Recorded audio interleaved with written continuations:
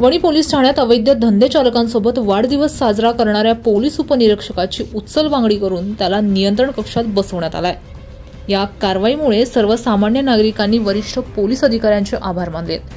तर या कारवाईमुळे पोलीस वर्तुळात एकच खळबळ उडाली आहे। यापुढे पोलीस दलातील अधिकारी आणि कर्मचाऱ्यांनी अशा विघातक प्रवृत्तीसोबत कोणीही वाढदिवस साजरा करू नये म्हणजे झालं। त्यामुळे वरिष्ठ पोलीस अधिकाऱ्यांनी या वृत्ताची दखल घेत वणी पोलीस ठाण्यातील पोलीस उपनिरीक्षक विजय कोठावळे यांची तात्काळ उचलबांगडी करत नियंत्रण कक्षात रवानगी केली आहे। या कारवाईमुळे पोलीस वर्तुळात एकच खळबळ उडाली आहे। तसेच ज्या संशयितांनी हा वाढदिवस साजरा केला ते संशयित देखील परिसरातून गायब झाल्याची चर्चा रंगली आहे। या कारवाईचे वणी गावातील गावकऱ्यांनी स्वागत केलं असून गावातील आणि आजूबाजूच्या परिसरातील अवैध धंदे बंद करण्याची देखील मागणी केली आहे।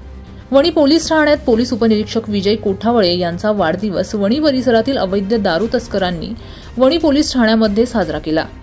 इतकंच नाही तर या सेलिब्रेशनचे फोटो सोशल मीडियावर मोठ्या प्रमाणात व्हायरल करून आपले हितसंबंध आणि वजन दाखवण्याचा एक प्रकारे प्रयत्नच करण्यात आला होता। या झालेल्या प्रकारामुळे पोलीस खात्याची प्रतिमा चांगलीच डागाळली होती। याबाबत माध्यमांमध्ये सचित्र वृत्त देखील प्रसारित झालं होतं।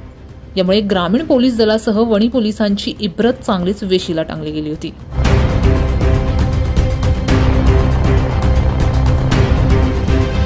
नाशिक माझा न्यूजसाठी सागर मोरे, वणी।